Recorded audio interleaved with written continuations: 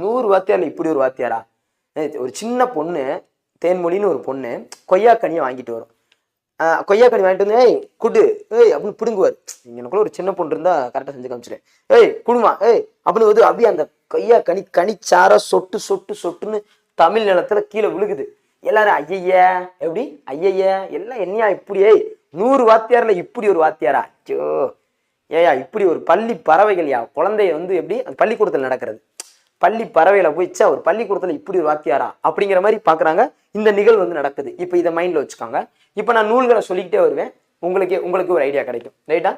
So first இடத்துல பாத்தீங்கன்னா கனிச்சாருன்னா கொய்யாக்கனி, பாவிய கொத்துனா அந்த கொத்து கொத்தா அந்த பாட்டி சொல்லுது, பாவி பய வாத்தியாரா இருந்தாலும் கொத்து கொத்தா கொய்யாப்பழத்தை கொடுத்து விட்டு அங்க வரு பிடிச்சி கனிச்சார அவங்க பிடுங்குறேன்னு சொல்லிட்டு.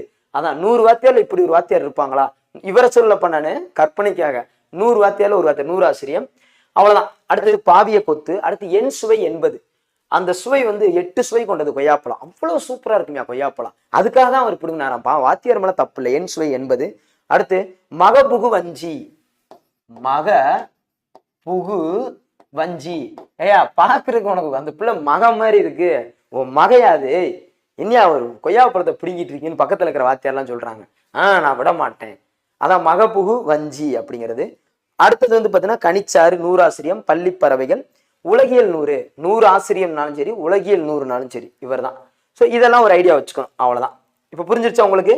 அந்த ஷார்ட்கட் உங்களுக்கு புரிஞ்சிருச்சா?